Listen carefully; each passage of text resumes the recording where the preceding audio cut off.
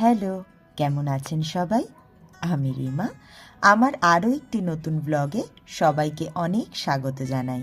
প্রায় 2 বছর পর আমার শ্বশুরমশাই আমাদের কাছে এসেছিলেন দিল্লিতে। আমাদের গাড়ি কেনার পর থেকে কখনোই আর তিনি আমাদের কাছে আসেননি। তাই এইবারে আসার পর সবাই মিলে ঠিক করলাম গাড়ি নিয়ে একটু দূরে কোথাও ঘুরতে যাব।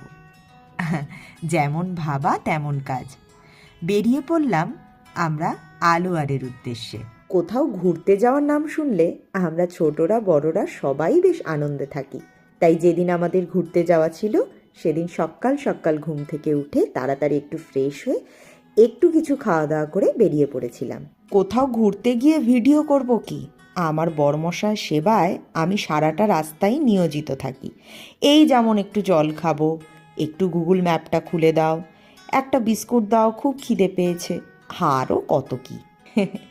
চলুন যেতে যেতেই আজকের গল্পটা আপনাদের সাথে শেয়ার করি।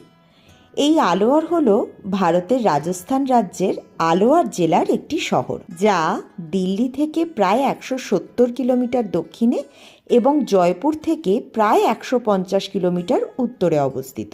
আজ আমরা ছিলাম মোট 5 জন।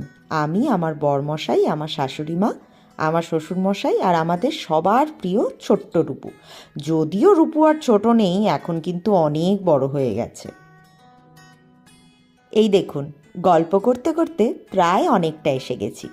ওই যে দূরে পাহাড় দেখা যাচ্ছে, ওটা আরাবল্লীর একটা অংশ। এখন আমরা আলোয়ার শহরের মধ্যে দিয়েই যাচ্ছি, কিন্তু আমাদের গন্তব্য আলোয়ার শহর নয়। আমরা গুটি গুটি পায়ে এগিয়ে যাব ওই পাহাড়ের ঠিক উপরে। যেতে খানিকটা সময় লাগবে। ততক্ষণে বলি, আমাদের গন্তব্য হলো বালা ফোর্ট বা বালা কেল্লা। পাহাড়ের ওই উঁচুতে পৌঁছতে হবে জঙ্গলের মধ্যে দিয়ে। সেখানে গাড়ি নিয়ে যাওয়া সম্ভব নয়। সেখানে সরকারি কিছু গাড়ি রয়েছে, সেই গাড়ি করেই আমাদের পৌঁছতে হবে বালা ফোর্ট।